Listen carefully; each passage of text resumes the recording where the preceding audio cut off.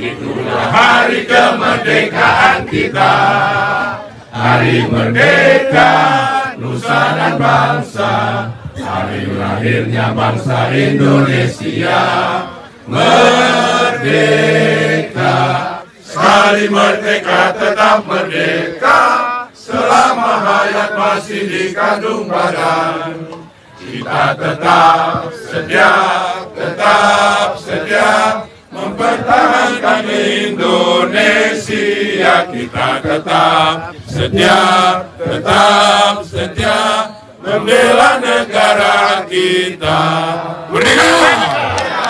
Hidup Pak Bas! Terima kasih. Yang terhormat Presiden Republik Indonesia dan Wakil Presiden Republik Indonesia. Yang kami hormati para Menteri Kabinet Indonesia Maju, Panglima TNI dan Kepala Kepolisian Negara Republik Indonesia, para Gubernur, Bupati dan Wali Kota seluruh Indonesia, serta Bapak dan Ibu hadirin yang berbahagia. Assalamualaikum warahmatullahi wabarakatuh. Selamat pagi dan salam sejahtera untuk kita semua. Izinkan kami mengucapkan selamat datang di Istana Negara Ibu Kota Nusantara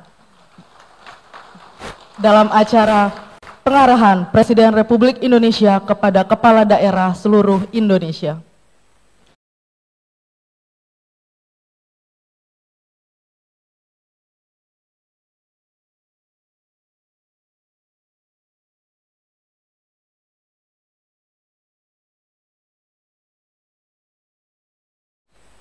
Bapak Ibu hadirin yang kami hormati, selanjutnya marilah kita simak bersama pengarahan Presiden Republik Indonesia Bapak Joko Widodo.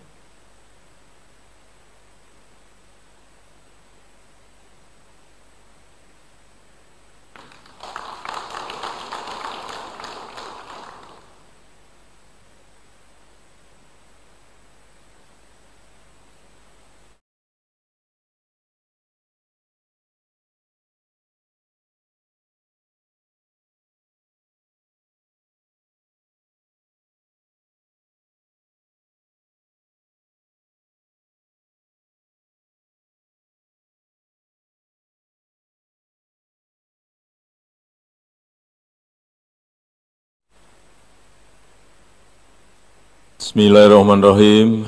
Assalamualaikum warahmatullahi wabarakatuh. Selamat pagi, salam sejahtera bagi kita semuanya. Shalom, Om Swastiastu, Namo Buddhaya, salam kebajikan. Yang saya hormati Bapak Wakil Presiden, para menteri yang hadir, Panglima TNI dan Kapolri, Pak Wamen, Bapak Ibu Gubernur, yang saya hormati Bupati dan Wali Kota yang hadir,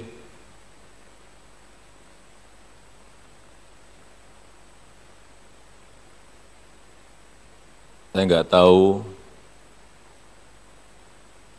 Bapak Ibu kesini tadi. Saya tadi bertanya banyak yang sudah tiba di Balikpapan kemarin, sehari sebelumnya juga melihat ibu kota Nusantara ini. Kira-kira bayangan Bapak apa?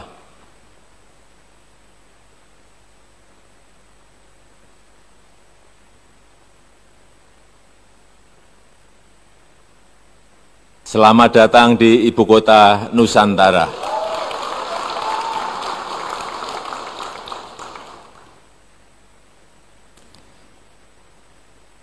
Jadi kalau istana kita yang ada di Jakarta, yang ada di Bogor, itu adalah istana bekas kolonial yang dulunya dihuni, jadi di Istana negara itu dihuni oleh Gubernur Jenderal Peter Gerardus van Overstraten. Kemudian Istana Merdeka, saya juga kaget ternyata Istana Negara dan Istana Merdeka berbeda. Dihuni oleh Gubernur Jenderal Johan Willem van Landsberg. Kemudian yang di Bogor, ternyata ada Gubernur Jenderal lagi, Gubernur Jenderal Belanda, Baron van Inhofe.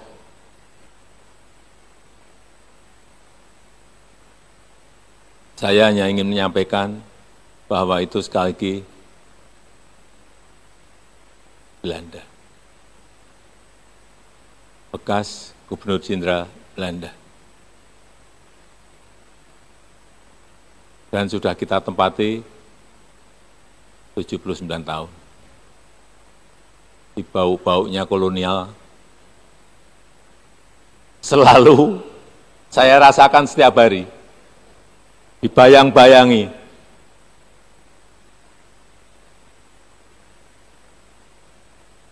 Dan sekali lagi, kita ingin menunjukkan bahwa kita punya kemampuan untuk juga membangun ibu kota sesuai dengan keinginan kita, sesuai dengan desain kita, tetapi memang masih memerlukan waktu yang panjang.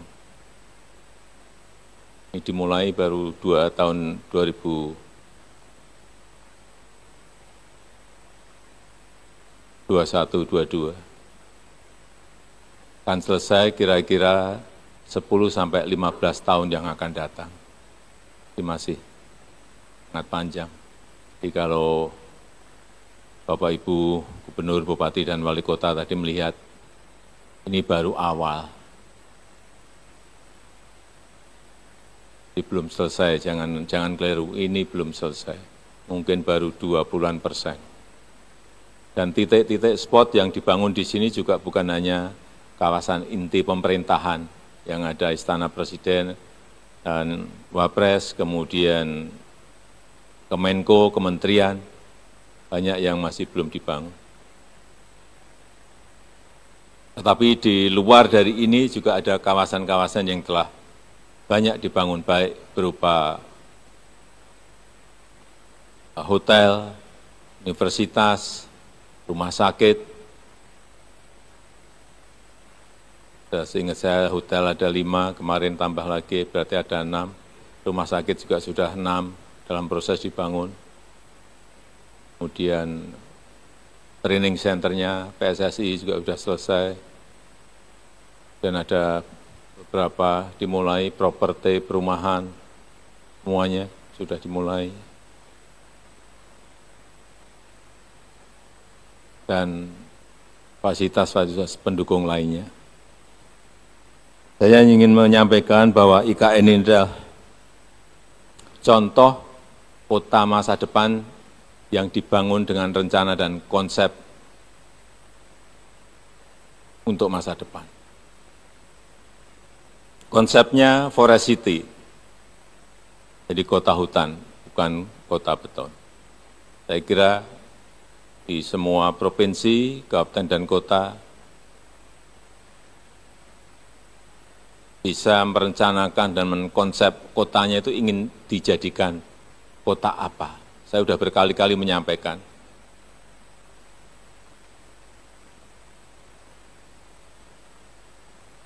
Ada di California kota yang khusus hanya untuk golf saja, kota golf. Ada 37 padang golf di sana. Hanya itu, enggak ada yang lain. Kemudian juga ada High Point di North Carolina, dan juga itu hanya khusus untuk kota mebel saja. Mebel, nggak ada kemanapun, nggak ada kecualiannya mebel. Ini kita sebenarnya punya kekuatan besar. Jepara, Pak Bupati Jepara ada, bisa dikonsep didesain sejak awal, meskipun tidak selesai mungkin dalam satu periode bupati atau 2 periode bupati, tetapi perencanaannya harus ada dan detail, hingga matang di situ. Kemudian ini juga kita konsep smart city. Seluruh aktivitasnya ditopang oleh teknologi. Memang momentumnya pas. Perubahan zaman ini pas, inilah waktunya. Baik itu teknologi digital maupun teknologi yang lain-lainnya. Sehingga ini akan menjadi livable city, kota yang nyaman untuk ditinggali. Saya kira seluruh provinsi yang kita miliki, seluruh kabupaten yang kita miliki, seluruh kota yang kita miliki, mestinya arahnya ke sana. Tadi Bapak Ibu melihat bagaimana sebuah kota itu mestinya ada danau kecil atau embung, itu akan selain memberikan estetika keindahan, juga akan menurunkan suhu di sebuah kota. Di sini nanti akan dibangun kurang lebih 60 danau kecil atau embung seperti 60. Saya pun masih menawar ke Pak Menteri PU, kalau bisa lipat 2 kali lebih baik atau 3 kali lebih baik.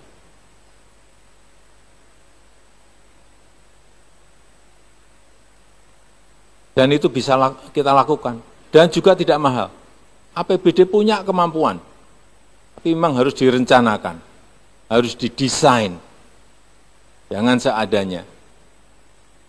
Kalau ada airnya. Dari sisi estetika, dari sisi keindahan semuanya. Berikan ke arsitek landscape yang memiliki kemampuan untuk membangun ini.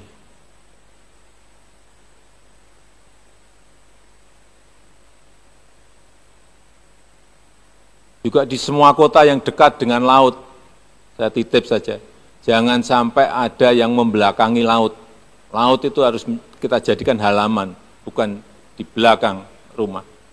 Banyak sekali di kita itu tempat-tempat indah tapi malah ditaruh di belakang rumah, di belakang bangunan.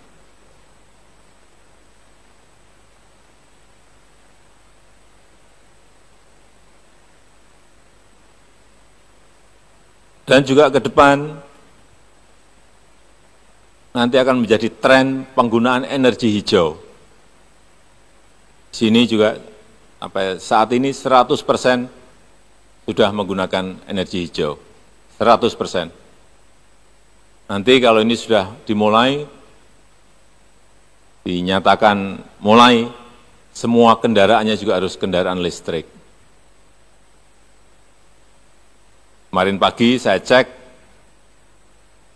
di Ibu Kota Nusantara, berapa air quality index-nya? 6. Hanya 6. Ada kendaraannya belum listrik. Kalau kendaraannya listrik mungkin menjadi 0.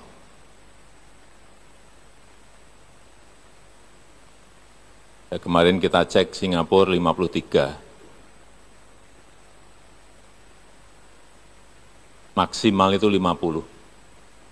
Udara yang baik dan sehat, maksimal itu hanya 50. Tapi kota-kota kita, utamanya di Jawa, sudah semuanya di atas 100.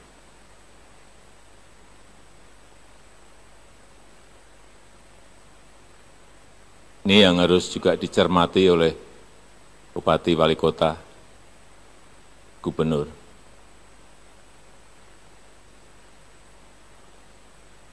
Dan untuk menangani itu juga membutuhkan uang yang tidak sedikit.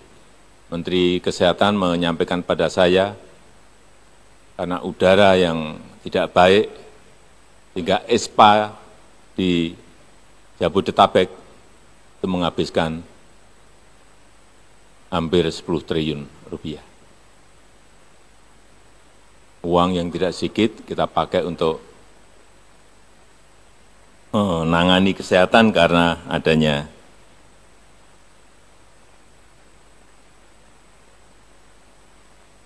penyakit pernafasan yang kita dapat dari polusi udara yang terjadi di sebuah kota. Mulai harus dipikirkan bagaimana membuat transportasi massal yang berbasis energi hijau, listrik, atau gas, dan lain-lainnya.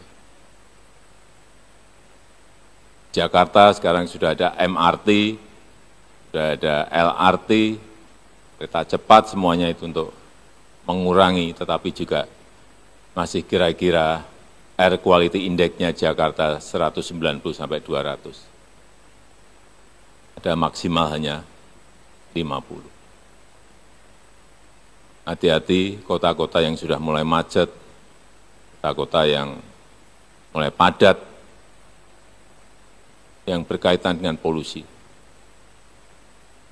Larinya nanti utamanya yang anak-anak, yang masih bayi, di penyakit pernafasan.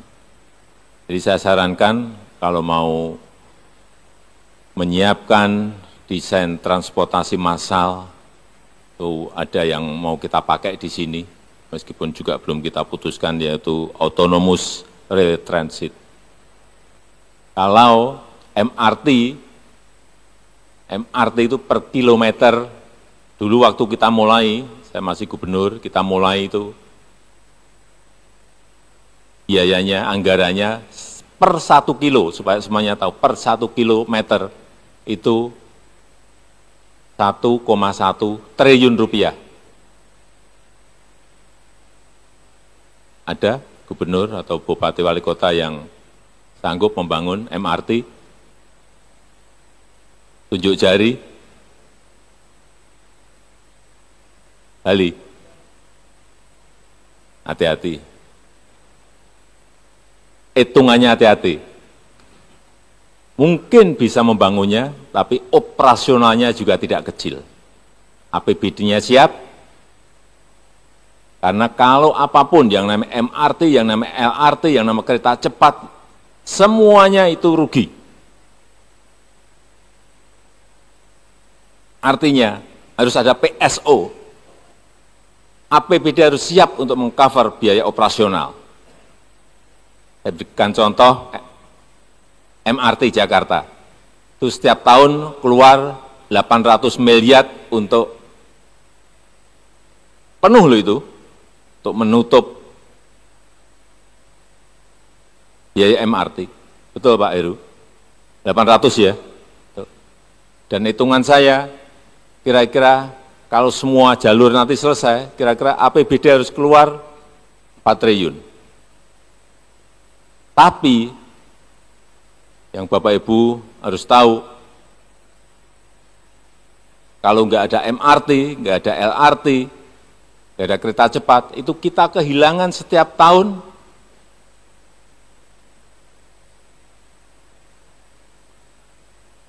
karena kemacetan itu 65 triliun. Kalau Jabodetabek mungkin sudah di atas 100 triliun. Pilih mana? Pilih dibelikan MRT, LRT, atau kereta cepat, atau uangnya hilang karena kemacetan setiap tahun lebih dari 100 triliun. Semua kota utamanya itu harus mulai ngitung ini. Kalau yang ini, autonomous rail transit,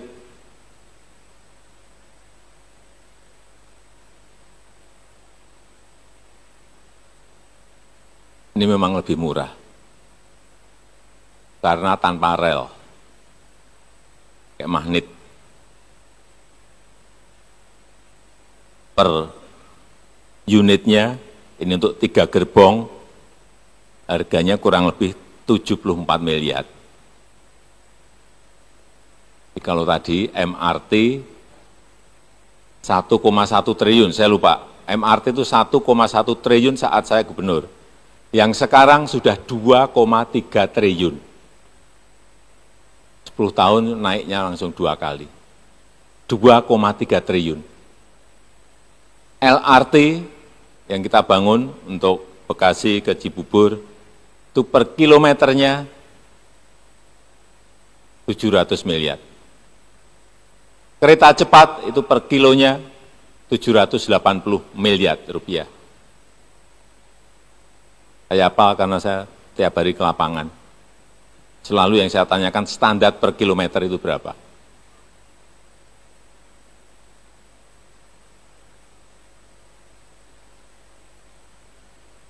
Ini jadi sekali lagi, satu unit untuk 3 gerbong itu 74 miliar. Operasional per bulan 500 juta.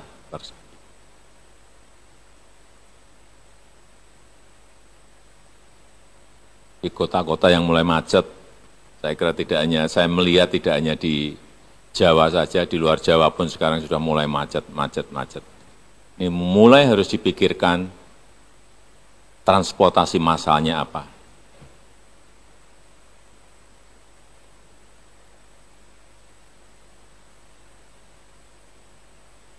Kemudian yang kedua, tadi saya lupa, jadi di IKN itu sudah ada 55 investor yang sudah masuk, kemudian dalam proses seleksi dan verifikasi, kemarin ada 472 LOI, kemudian diverifikasi menjadi 220, masih diseleksi terus. Yang sudah masuk dan sudah mulai proses pendidikan, baik universitas maupun SD sampai SMA, ada 6, rumah sakit ada 3, retail dan logistik ada 10, hotelnya ada 8, sudah 8, kemudian energi ada 2, perbankan ada 14, kemudian untuk hunian ada 9 perusahaan, media dan teknologi ada 3.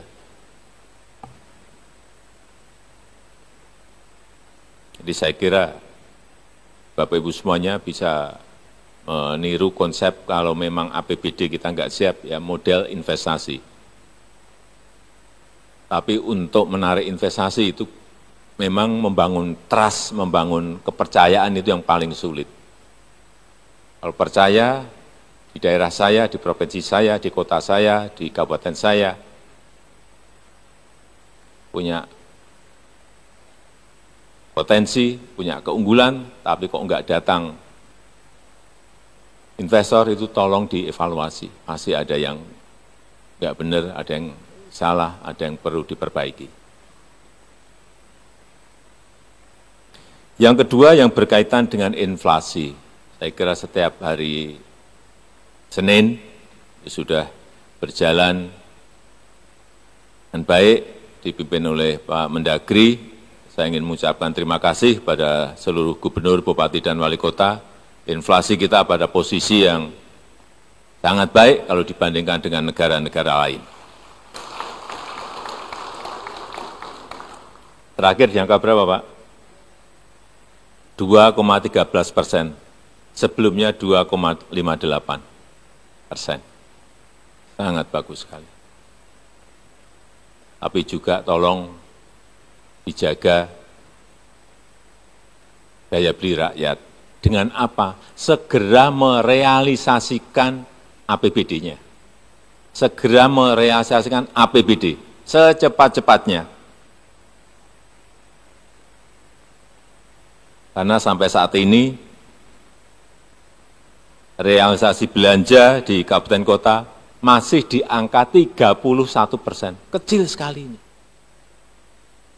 Uang beredar di kabupaten Bapak Ibu semuanya sangat rendah. Kalau peredaran uang rendah artinya daya beli juga enggak kuat. Segera keluarkan. Ini masih 31% realisasi belanja. Provinsi lebih baik 41%, tapi juga masih kecil. 41%. Tolong dicek lagi, dilihat lagi, dan didorong agar uang yang ada di APBD ini segera beredar di masyarakat. Sehingga perputaran uang di kabupaten, di kota, di provinsi itu semakin baik.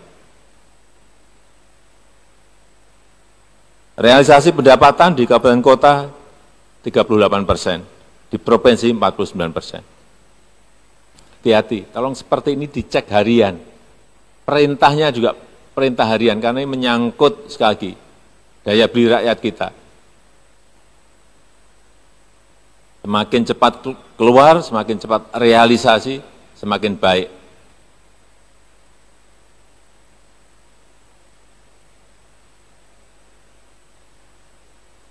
yang terakhir yang berkaitan dengan pilkada. Saya minta urusan anggaran harus segera selesai, anggaran untuk pilkada. Juga yang berkaitan dengan keamanan, koordinasikan dengan Forkompinda, karena ini belum pernah kita memiliki pengalaman untuk melaksanakan pilkada serentak. Kalau dulu nggak serentak, bisa keamanan dibantu dari kabupaten lain, dari provinsi lain, dari daerah lain. Sekarang semua serentak, serentak semuanya, sehingga betul-betul ini dibicarakan. Kalau ragu-ragu dan memerlukan